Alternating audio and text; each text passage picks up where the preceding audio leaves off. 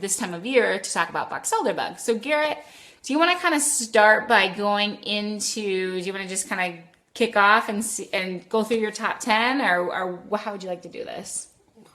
We can do that, or we just kind of talk through it, and you can ask me questions that you think a customer's going to ask. Well, I guess you have 10 things, so let's just go through those, and you can kind of explain what a box elder bug is. So let's start with that. What is a box elder bug? What does it look like? Okay, I think most people know what they are, but we'll explain it anyway. They're about a ½ inch long, black. They usually have red or orange markings on them, and they typically start showing up about right now.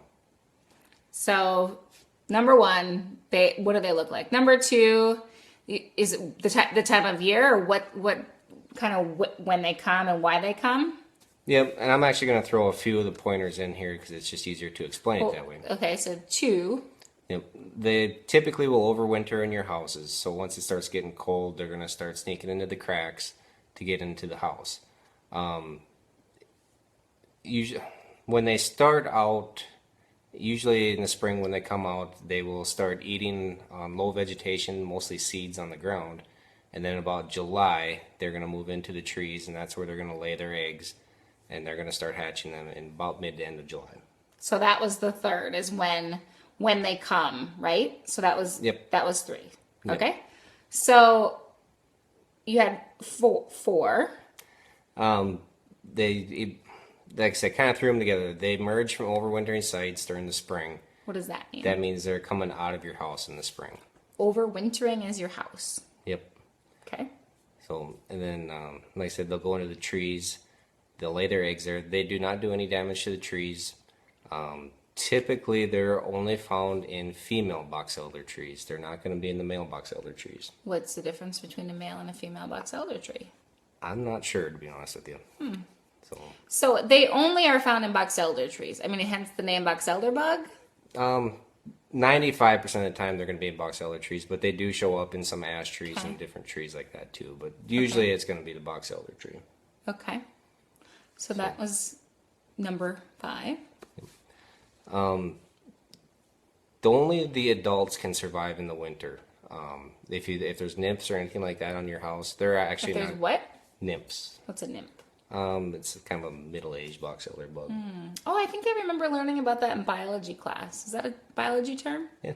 I had a pretty terrible biology teacher, so my knowledge is pretty limited.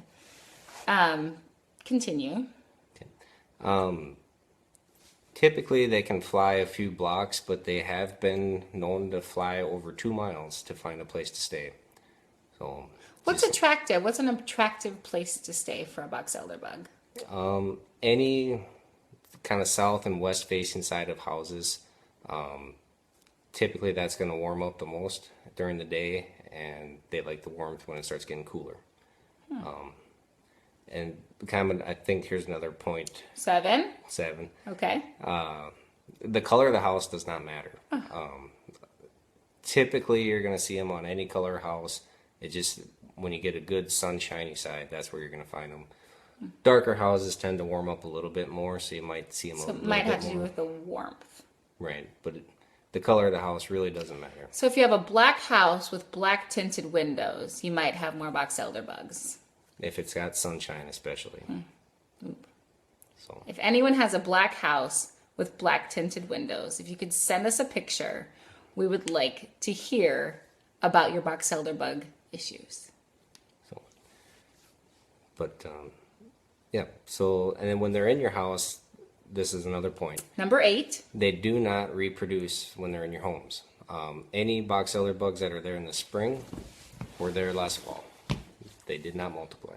So how does it, what is it, so how, this one really confuses me. So, I mean, you guys have seen it. A lot of you have seen box elder bugs in your windowsills or all over the place. I mean, you're telling me that they were all there in the fall. In the fall. And they just hang out? Yep. So they're in hiding, somewhere in hiding? Yep. I mean, usually they're going to live in the walls. They'll kind of hibernate, but if you get a warm day, sometimes it'll wake them up a little bit. Oh my gosh, they hibernate? Yes and no. I mean, it's not like they go into a deep sleep like a bear. It's just they don't move as much to keep their energy. Oh, that's terrible. Okay, so that's 8. They hide in your walls and they hibernate.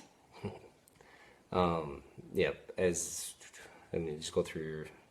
Yeah. Okay. So we need number 9. So they hibernate, and then what happens like after the hibernation period? I think this is probably number 9. Okay. Eventually in the spring when it starts warming up, they're going to start waking up. They're going to get more active, and they're going to try and get back outside.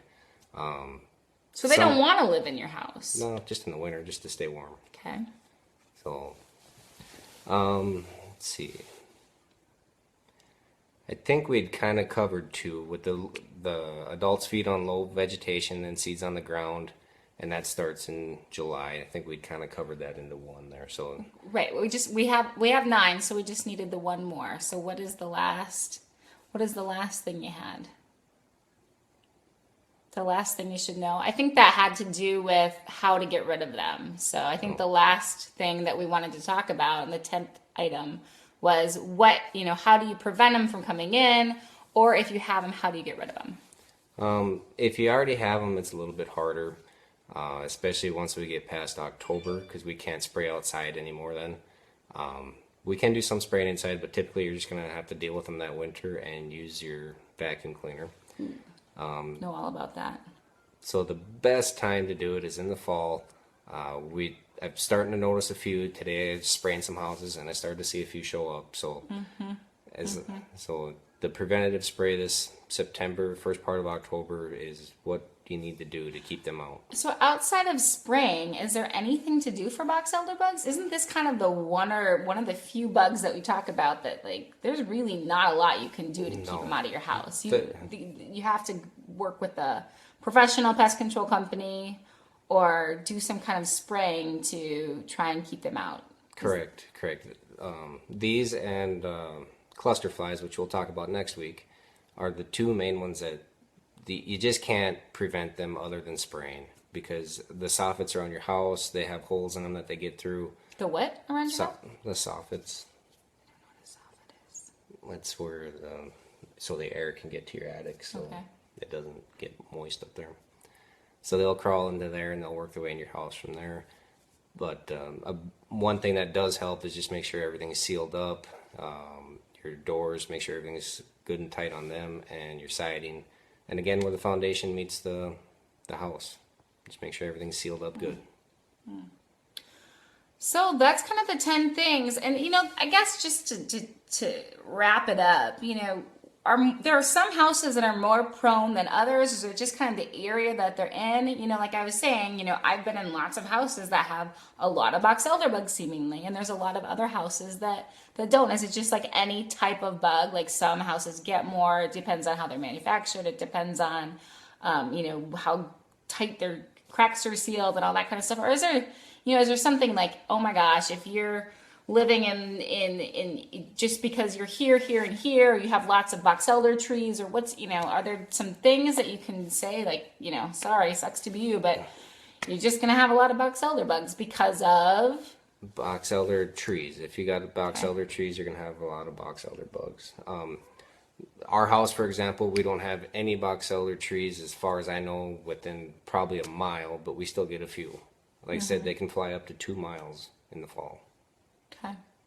So, but no, otherwise, if you have a high concentration of trees and it's an active tree with lots of boxelder bugs, that's probably why you got your boxelders.